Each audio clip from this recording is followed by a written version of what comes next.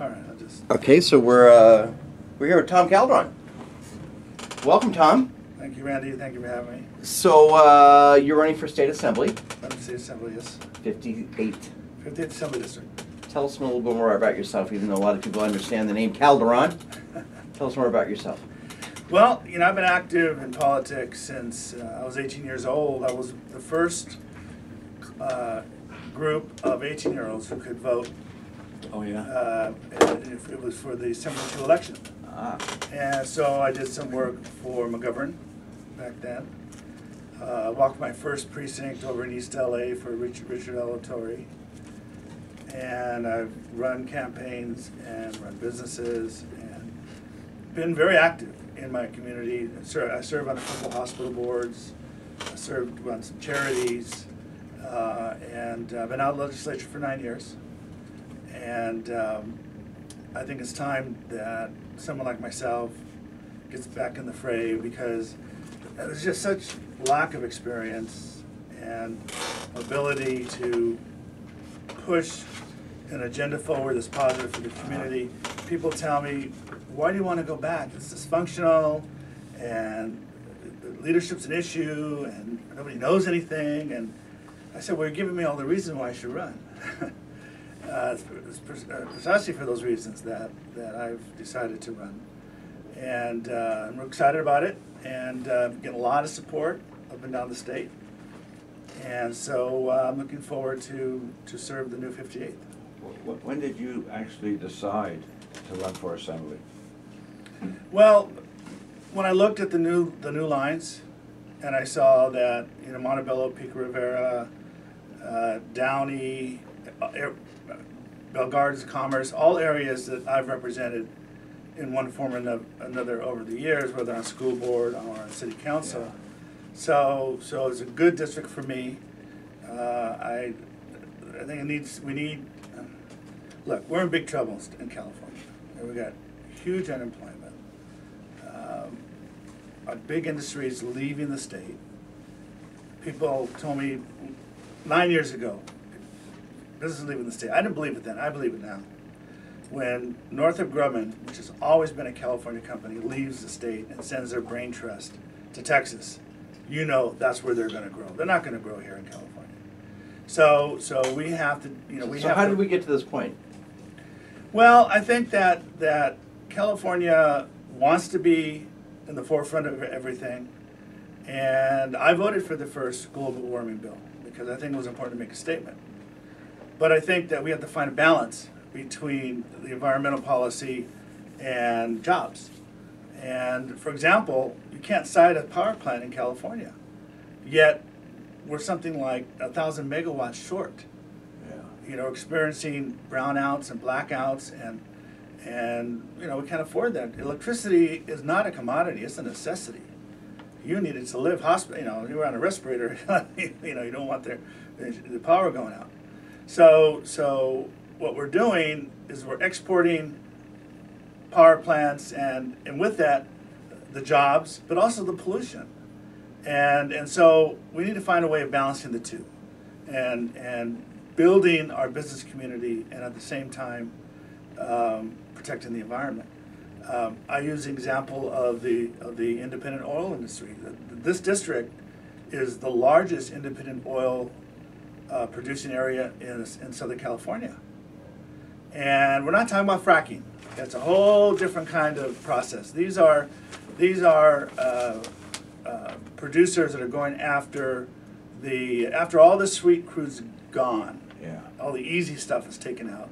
Then they got to go in with some steam and some other process to get that oil.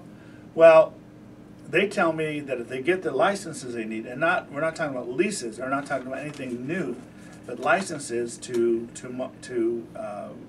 extract the oil from property they already own, that'll create 16,000 jobs overnight. And these are really good paying jobs. What's holding it up? Huh? Yeah, what's holding it up? What's holding it up is the bureaucratic process in Sacramento. And so that's the kind of thing we need to fix. We need to talk to all the industries who can't leave. People who own property here, like the independent warehouses, or the big retailers, or utilities, or the oil industry. we need to sit down with them and say, okay, what do we need to do so that you can expand in California? And put a number on that, and take it to an economist, Stanford, Berkeley, whatever. Say, are these real numbers? And then of course you will phase that whole process in. And so if we can grow jobs, then that's the long-term solution to solving our budget trouble. And taxing the rich, I'm for that. Support it. We need it. We need the money to run the state. But they have a nasty habit. They have a nasty habit of jumping in their planes and leaving the state instead of shop in Nevada and Arizona, where the state income tax isn't so high. So the long-term solution is growing jobs. Imagine what the state looks like if we reduce unemployment just by 3%. Do you think that we have in the executive and the legislature, people who are willing to tackle this, no matter how unpleasant it is? Well, I think that Brown is willing to do it, but he's not going to run his head against the wall either. I actually carried a bill for him when I was in the legislature, and he was the mayor of Oakland.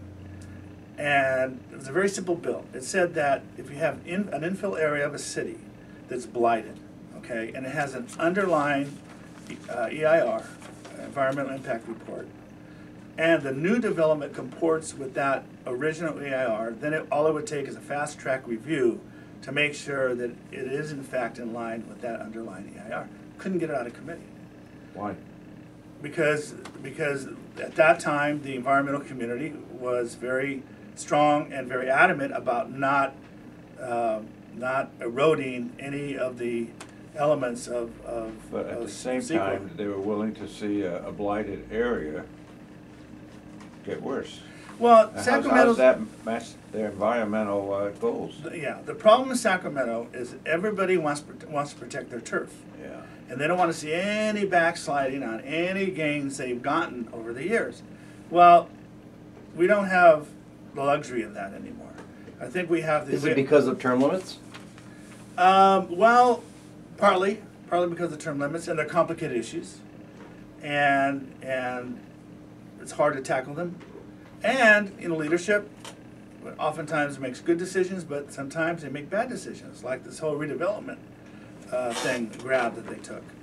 And Did you favor what the governor did? No, didn't support that. So you didn't support. So you were more on the sides of the cities. Well, absolutely. Because if we're going to go in debt, okay, let's go in debt, issuing bonds and repairing the infrastructure in the state of California, not by a one-time money grab that we're going to have years and years and years of payments to the bonds that generated those funds. Yeah.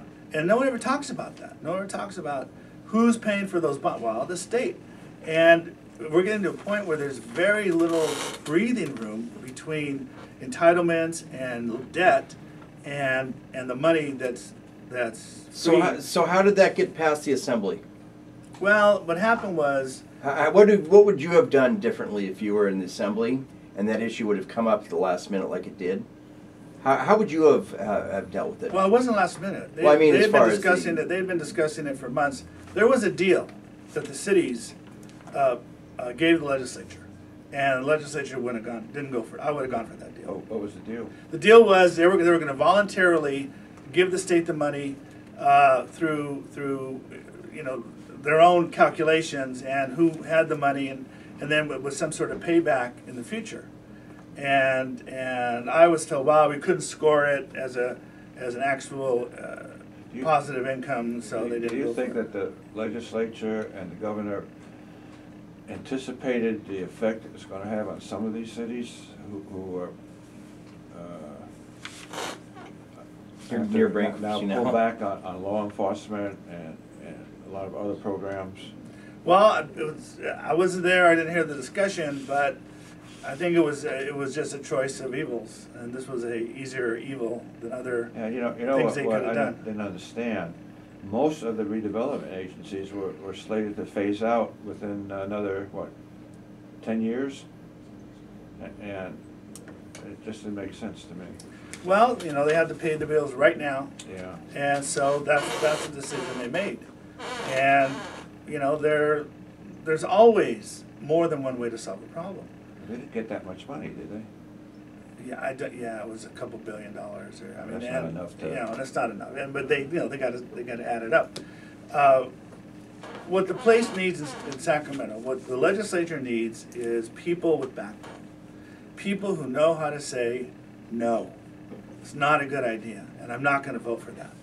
And you can take my stuff away, take my staff, take my office, take whatever perks are left with the job, and I'm going to do what's right for my community. And I did that when I was there in the legislature.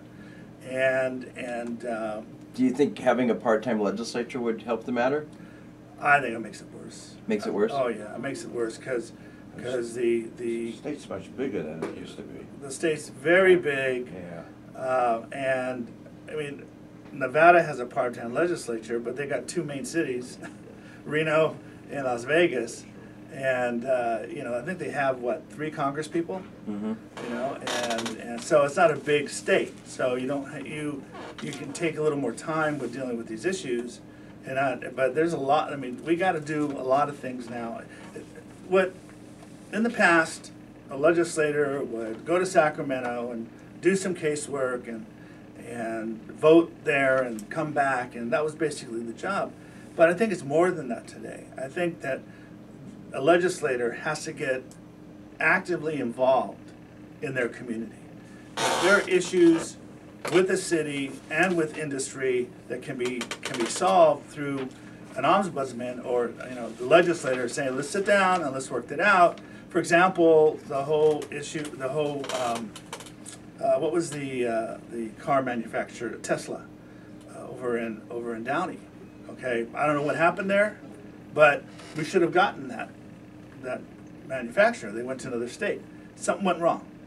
Okay, and so either on the state side or the city side, and so I think that if I had been there and been involved, it could have been a different outcome.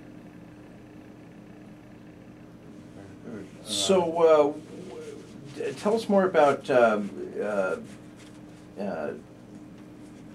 California Open Primary. Do you like it? Hate it. Why?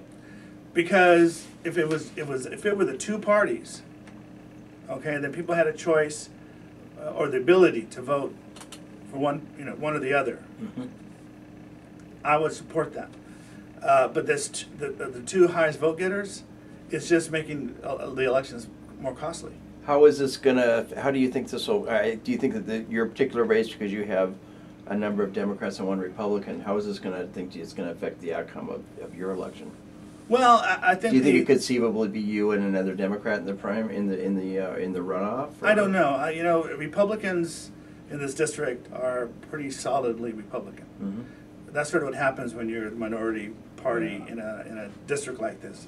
Just like the Democrats in Orange County are very strong in their voting patterns because they're the minority over there. Mm-hmm. So I think the lady who's running on the Republican side, she could get. I think the registration is 22%. That could be enough to get her in the runoff. And if that's the case, then the election will be over in June because it's overwhelmingly Democratic seat. What do you talk about the California public pension problem we have right now? Well, first of all, It doesn't need to be fixed. Should it be shelved? Should it be? What do you think about these elected officials who are getting pensions for life after just serving 2 or 3 years in a particular job? yeah. Well, People double dipping on their pensions. What Well, do you think about? How do you fix this? well, let's talk about what the reality of it. Okay. First of all, many cities and elected bodies have already changed it. They've done a 2-tier situation where it was, let's say, 3.5% at 50, and now it's 2% at 55, or 3% at 55 or 60. And so what they've done is lower the percentage and raise the retirement age.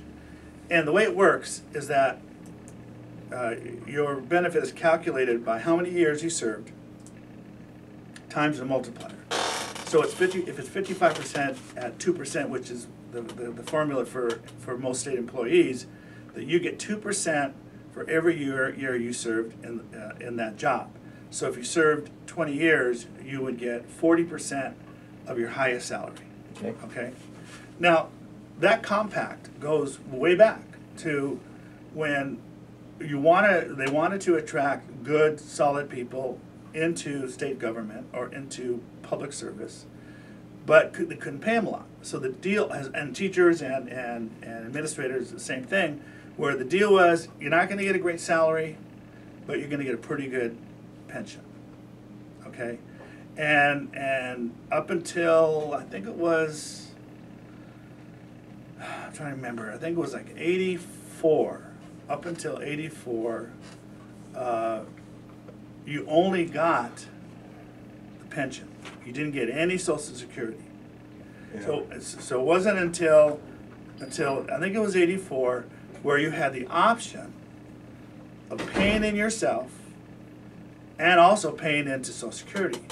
So many of these people have paid into both systems. Do you think that do you think the legislature should look at executive compensation packages for city managers and school board, school district superintendents? No. Do you think they should have any business in that? They have no business in local Okay. school. I think it should be up to the entity that's elected and directly accountable to the people who elect them. Mm-hmm. And so getting back to the pension issue, first of all,